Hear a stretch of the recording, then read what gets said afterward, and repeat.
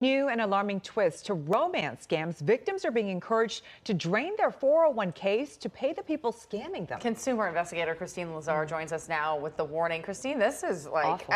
I know they always come up with something new, but come on. I mean, new and more money. They want more than what's just in your, savings and checking account. They want more than the gift cards. They want your retirement savings. So criminals are no longer satisfied with draining those bank accounts of their targets. Now they want their retirement savings as well.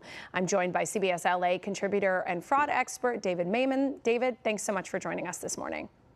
Thanks again for having me, Christine. So you spend a considerable amount of time on the dark web tracking these scammers, and we're going to show you some of the screenshots that you've captured there. But earlier this year, those thieves were convincing victims to take out home equity lines of credit. Now they're turning to the 401ks. Why have they emerged as the newest target? Well, I mean, the fraudsters are essentially going for the big bucks, right? I mean, they're trying to figure out where most of our money lies and then try to convince us to either let them access to our accounts or simply withdraw our money and send it over to them. So how have romance scams evolved over time? I think most people have heard of romance scams now, but how have they evolved? Romance scams evolved dramatically during the last 6 or 7 years, starting in the technology that criminals are using. In the past, they were using emails. Now they like to use text messages. They like to get you on camera and then swap faces and talk to you live, build relationship with you. But in the context of the resources that the criminals are after, if in the past they were after gift cards as well as ACH transaction that the targets used to funnel to them, nowadays they are interested in big money, and they're interested in convincing their targets to invest with them, purchasing cryptocurrencies to invest with them, and as you mentioned, Christine, more and more sort of taking over resources that sometimes the targets don't have, borrowing against their home equity, borrowing over their 401k accounts, and that's essentially where we're seeing this pandemic sort of going to. And a lot of people say that'll never happen to me, but I hear from people all the time who say, I thought that and it did. So explain how these criminals use psychological manipulation to really groom their victims.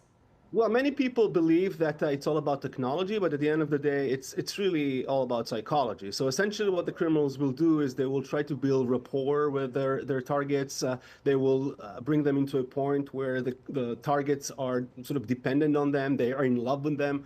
And then once that happens, they will introduce some kind of a request or some kind of an opportunity which has some urgency around it. So it could be someone is in the hospital and needing some money, but more and more we're seeing an incredible investment opportunity that the target needs to act upon right away in order not to miss it. So building the rapport, developing love relationship, and then inserting some urgency with respect to the requests that they have. So what are the warning signs of these scams so victims and also their friends and family know what to look out for? Well, I mean, if someone is someone you're not familiar with and that you've never really met offline is looking for you to send some money to them online or offline, that's a very big sign that you're potentially talking to a fraudster.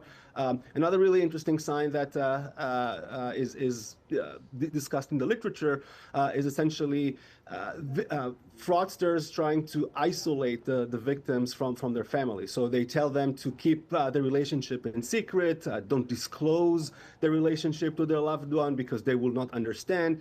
These are the two major signals out there. So I think the important thing to understand is that if people see their loved one behaving in secrecy or trying to hide financial transactions from them, that's a reason for concern. All right, David, thanks so much for that insight. We appreciate you being with us. Thanks so much for having me.